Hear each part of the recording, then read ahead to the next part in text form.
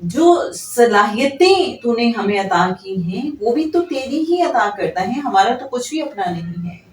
وہ قابلیت، وہ صلاحیت، وہ انرجی، وہ توانائی، وہ طاقت، جس کو استعمال کرتے ہوئے ہم نے کسی کو آسانی دی، وہ سب کچھ اللہ تیرا ہی تو ہے. تو پھر ہم کریڈٹ کس چیز کا لینے کی کوشش کرتے ہیں، ہے نا؟ کوئی کریڈٹ لینا ہمارا بنتا نہیں. یہ تو صرف شکر گزاری ہمیں سکھاتا ہے. ہمیں تو صرف شکر گزار ہونا ہے. جتنا زیادہ ہمیں اللہ توفیق عطا فرمائے کسی کو آسانی فراہم کرنے کی، ہمیں تو اتنا ہی زیادہ شکر گزار ہونا ہے کہ اللہ نے اس کے لیے ہمیں چن لیا. اس کی اتنی مخلوق ہے، وہ جس کو جیسے چاہے چن لے. یہ اللہ کا ہم سے محبت کا ایک اظہار ہوتا ہے کہ چلو تم اس بہانے اپنا دل خوش کر لو، تم اچھا فیل کرو گے، چلو تمہارے ذریعے میں کسی کو آسانی دے دیتا ہوں. بہرحال بات جو آغاز ہوئی کہ حاجات ہماری بہت سی ہوتی ہیں، اور ہم نبی کریم صلی اللہ علیہ وآلہ وسلم پہ درود پاک کی بھی بات کرتے ہیں. ویسے تو درود پاک جب ہم پڑھتے ہیں تو ہمارے مرشد کامل سید سرفراز احمد شاہ صاحب فرمایا کرتے ہیں کہ بغیر کسی لالچ کے، بغیر کسی غرض کے پڑھیں درود پاک. کس سوچ کے ساتھ پڑھیں کہ کریم آقا صلی اللہ علیہ وآلہ وسلم ہم آپ کے احسان مند ہیں، ہم آپ کے شکر گزار ہیں کہ آپ نے اتنی مشکل زندگی گزار کے ہم تک اللہ کا پیغام پہنچایا، ہمارے لیے مشکل زندگی گزاری، تاکہ ہماری زندگی میں جب مشکل وقت آئے تو ہمارے پاس رول ماڈل آپ ہوں.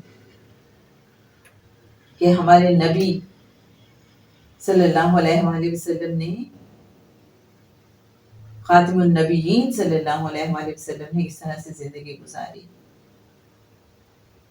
اس حوصلے، اس رویے کا مظاہرہ کیا، ہم نے بھی ایسا کرنا ہے. تو احسان مندی کے طور پہ، شکر گزاری کے طور پہ ہم نبی کریم صلی اللہ علیہ وآلہ وسلم کی بارگاہ اقدس میں درود و سلام کا نذرانہ پیش کریں. اور پھر obviously یہ محبت کے اظہار کا بھی طریقہ ہے. ہم تو کچھ نہیں کر سکتے، آقا کو تو ضرورت ہی نہیں، آقا کا تو پہلے اتنا بڑا مقام ہے. تو ہم کیا سمجھتے ہیں آپ کے جب ہم نبی کریم صلی اللہ علیہ وآلہ وسلم کی بارگاہ اقدس میں درود و سلام کا نذرانہ پیش کرتے ہیں تو آقا کو ضرورت ہے اس کی؟ ہرگز نہیں. آقا تو وہ ہیں کہ جن کا مقام پہلے ہی مخلوق میں سب سے زیادہ افضل ہے. بعد از خدا بزرگ تو ایک قصہ مختصر.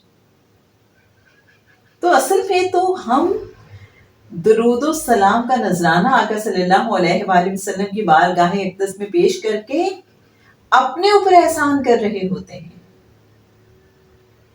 یہ آپ یہ دیکھیے میرے اچھے ناظرین، میرے اچھے سامعین، یہ جو شان والے ہوتے ہیں نا، ان کا ادا کرنے کا طریقہ ہوتا ہے. بظاہر یہ لگتا ہے ہم ان کی خدمت میں پیش کر رہے ہیں، لیکن اصل میں ہم فائدہ اپنے آپ کو پہنچا رہے ہیں. فائدہ تو ہمیں پہنچ رہا ہے، قریب ہم ہو رہے ہیں آقا صلی اللہ علیہ وآلہ وسلم کے، درجات ہمارے بلند ہو رہے ہیں، نیکیاں ہمیں زیادہ مل رہی ہیں، گناہ ہمارے مٹ رہے ہیں، دلوں کو ہمارے سکون مل رہا ہے.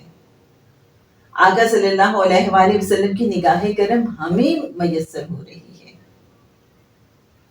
تو یہ تو ہمیں نوازنے کے طریقے ہیں.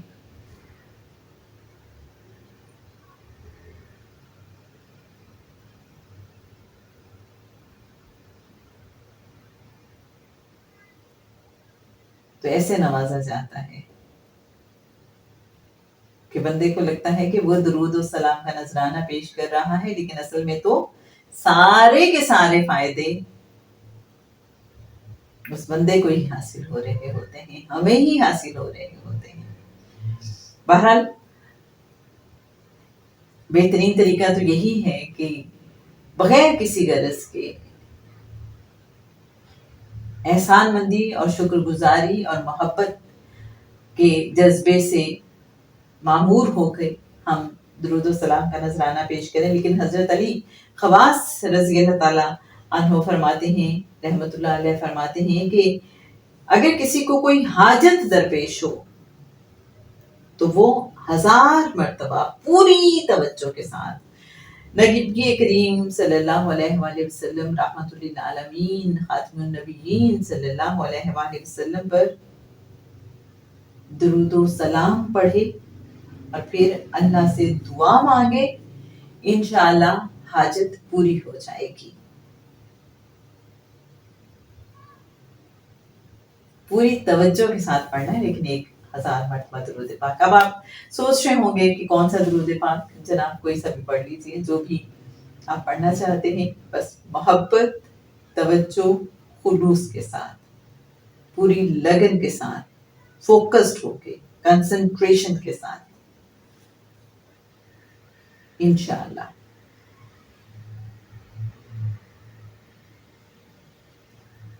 اللہم صلی علی محمد نبی الامی وعلی آلہ وصحبہ وبارک وسلم.